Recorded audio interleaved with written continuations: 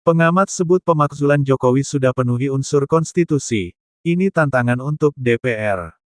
Hal itu disebabkan Presiden secara kasat mata terlibat dalam upaya pemenangan pasangan Prabowo Subianto dan putra sulungnya, Gibran Rakabuming Raka, pada pemilihan Presiden Pilpres 2024.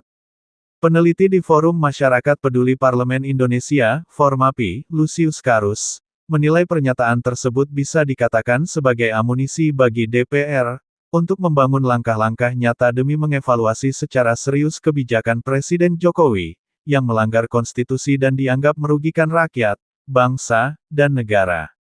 Jadi pakar HTN ini sesungguhnya menantang DPR.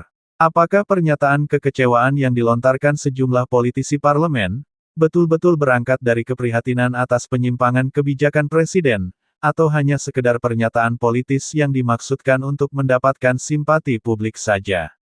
Terang Lucius. Lucius menilai, dalam tahun politik banyak pernyataan politisi didasarkan pada kepentingan politik masing-masing dan demi efek elektoral saja.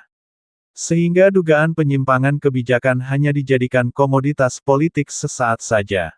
Oleh sebab itu, DPR patut segera melakukan langkah konkret. Jika menurut ahli HTN sudah cukup alasan untuk memakzulkan Jokowi, harusnya langkah nyata segera bergulir di parlemen untuk mengumpulkan dukungan dari DPR dalam menggunakan hak angket, ucap Lucius.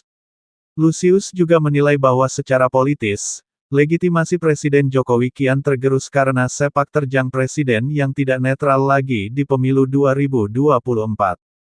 Keberpihakan Presiden pada calon tertentu di pemilu mengangkangi kedudukan Presiden sebagai kepala negara yang harus berdiri di atas semua kelompok dalam urusan pemilu.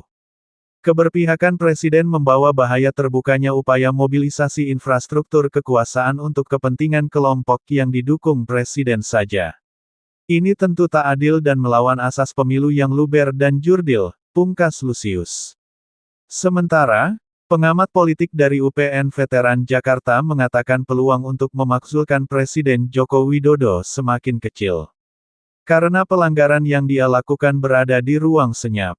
Sulitnya menentukan tindakan pelanggaran Presiden karena polanya yang senyap, impeachment baru bisa dilakukan saat Presiden mengkhianati negara, melakukan korupsi, penyuapan, dan tindakan-tindakan tercela lainnya yang menyebabkannya tidak layak lagi menjadi Presiden, ujar Danis saat dihubungi pada Senin, tanggal 20 November tahun 2023. Selain itu, citra DPR di masyarakat vis-a-vis atau berhadapan satu lawan satu dengan penilaian publik yang baik terhadap pemerintah. Namun sikap Jokowi yang cawe-cawe tiada henti memang sangat disayangkan. Apalagi masyarakat tidak menganggap hal itu sebagai masalah. Kita menyayangkan berbagai tindakan cawe-cawe yang terjadi, tapi kekecewaan itu tidak menyebar jauh pada persepsi masyarakat. Masyarakat tidak bergeming, mereka tidak ikut merasakan kekecewaan, menganggap seolah-olah wajar, jelas Danis. Sebelumnya, akademisi Universitas Andalas Ferry Amsari mengatakan pemakzulan terhadap Presiden Joko Widodo atau Jokowi sudah memenuhi unsur konstitusi. Ferry menyebut Presiden secara kasat mata terlibat dalam upaya pemenangan pasangan Prabowo Subianto dan putra sulungnya Gibran Rakabuming Raka pada pemilihan Presiden 2024. Seluruh konteks dan unsur-unsur pemakzulan sudah terpenuhi, kata Ferry. Situasi itulah yang membuat Ferry sulit berharap pemilihan umum pemilu 2024 berjalan sesuai semangat konstitusi, yaitu pemilu bersih dan mandiri. Menurut Ferry, keterlibatan aparat kepolisian, skandal bekas ketua Mahkamah Konstitusi yang juga adik ipar Presiden Jokowi, pemanggilan para menteri, pembiaran kampanye di luar jadwal, dan pemanggilan pejabat daerah sudah bisa menjadi bukti konkret. Selain itu, tindakan Presiden Jokowi yang mengatakan anaknya Gibran Rakabuming Raka tidak akan masuk politik, tetapi malah menjadi wali kota dan sekarang calon wakil presiden mendampingi Prabowo Subianto bisa dijadikan bukti juga.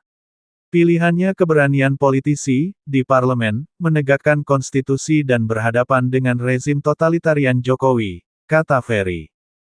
Jangan lupakan, dan tetaplah ingat kepada 6 pemuda beriman, pengawal ulama, yang tidak salah apa-apa, diculik, lalu disiksa dengan sadis dan kejam, kemudian dibantai tanpa belas kasihan, oleh segerombolan setan. Setelah itu, difitnah habis-habisan, kasus ini dikenal sebagai kasus KM50, yaitu, tragedi kemanusiaan paling biadab yang pernah terjadi di Indonesia. Senin tanggal 7 Desember tahun 2020 yang lalu.